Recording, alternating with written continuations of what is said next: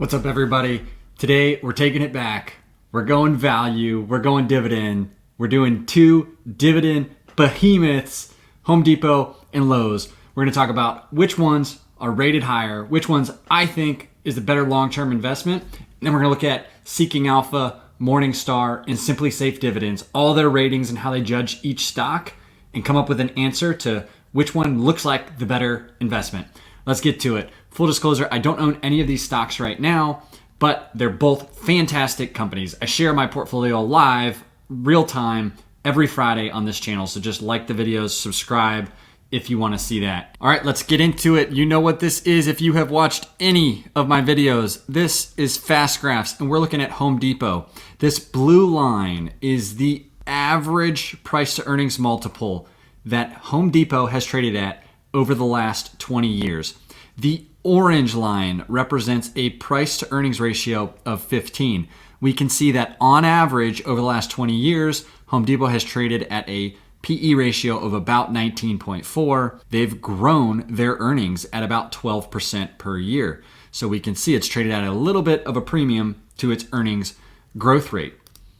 And so historically, over the last 20 years, if you had owned Home Depot that whole time, you have compounded your wealth, or that position has grown at 9.7% compounded annually versus about 7% for the S&P 500. That has turned a $10,000 investment back in 2002 into $57,000 versus $33,000 for the S&P 500. As we can see, it looks like Home Depot is trading a little bit under its normalized price to earnings ratio, and right now it has a blended PE of 17.8. That's why this black line is below the blue line. But we can see since COVID, it's traded really high.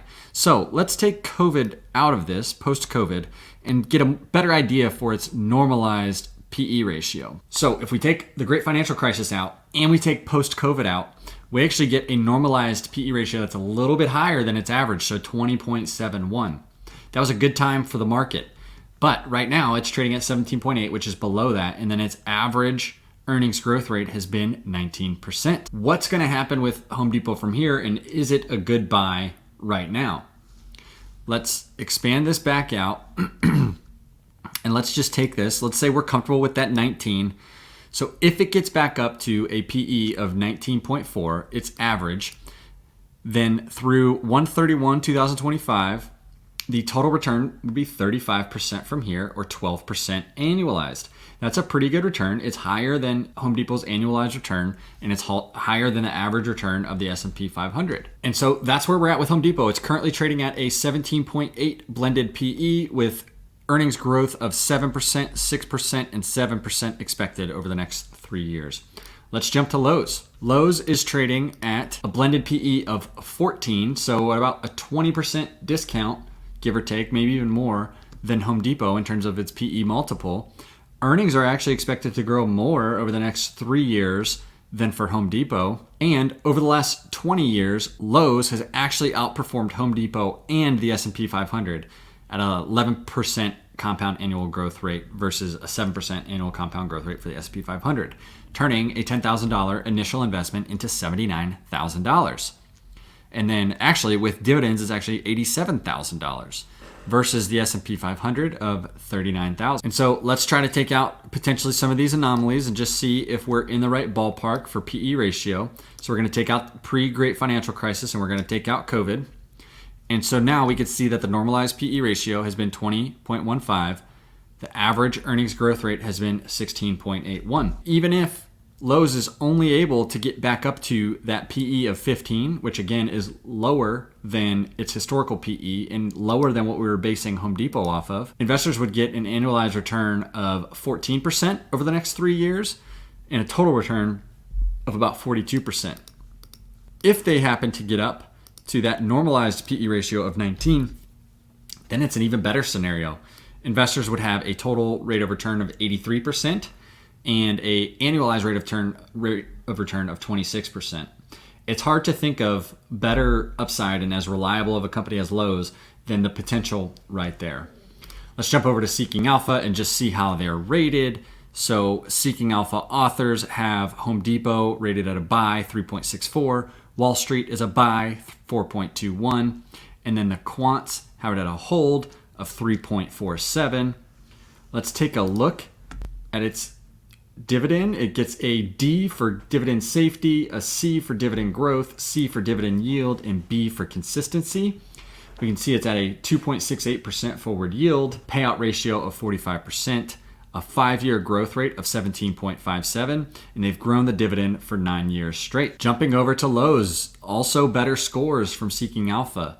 The authors rated it a buy, 3.5. Wall Street, buy, 4.3. The quant score, which takes in all these factors, buy, 4.39. Valuation, D. Growth, C-. Profitability, A+.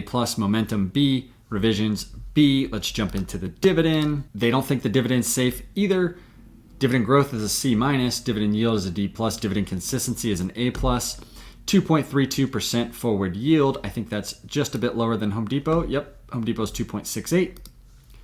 The annual payout ratio is 26%, so that is much lower than Home Depot's.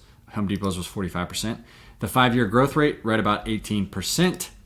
Pretty much the same for Home Depot, but Lowe's has grown the dividend for 58 years straight. Jumping over to Morningstar, we're just looking at the rating here and how much lower or below fair value, if any, Morningstar thinks these companies are. Home Depot, 2 stars. So that means they think it's at a 7% premium to their fair value. So their fair value they think is 264. The latest close was 283. They give it a wide for economic moat and exemplary for capital allocation. A 1-star price, so very overvalued, would be 356. And a 5-star, very undervalued, would be 184. Jumping to Lowe's. Lowe's gets a higher rating from Morningstar, 4 stars. They have it at 13% discount to fair value. Remember, Home Depot was 7% over fair value. And they have Lowe's fair value at 209, and the last close was 181. That gives it a 1-star price of 282. If it got to 282, they'd think it's very overvalued.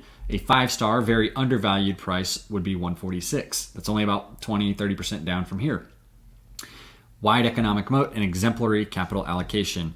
Jumping over to Simply Safe Dividends, Home Depot gets a dividend safety score of 87, very different than Seeking Alpha. I would tend to trust Simply Safe Dividends just because of the way they grade everything. And they've got the key metrics as a 45% payout ratio, which they call low, 45% forward payout ratio, which they call low. They say the net debt to EBITDA, 1.62, is low. The dividend streak, 34 years without a reduction. They maintained their dividend from 07 to 09. Important as we head into a recessionary period. The recession sales only dropped 10%, and the stock dropped 44% through the great financial crisis, which is pretty good compared to some other things. Jumping over to Lowe's, they get a higher score for dividend safety, 93%.